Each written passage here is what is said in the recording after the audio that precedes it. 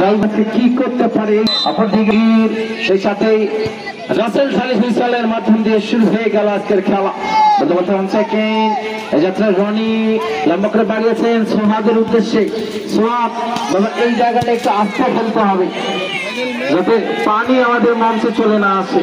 আমরা সেকেন্ড আরিফ অনেক বড় একটা ইঞ্জুরি কাটিয়ে আজকে মাঠে নেমেছেন।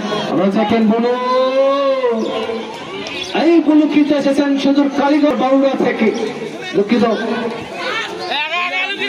হ্যাঁ কালীগঞ্জ উপজেলার বাউড়া থেকে।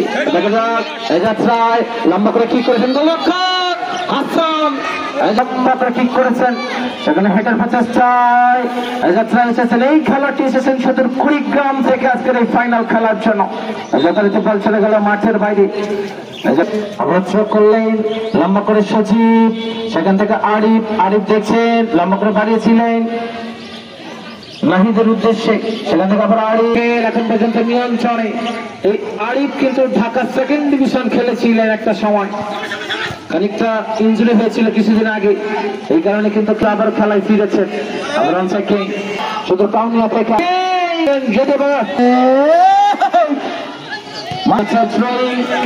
করবেন নিজাম, ডাকু নিজামকে তিনি থ্রো করবে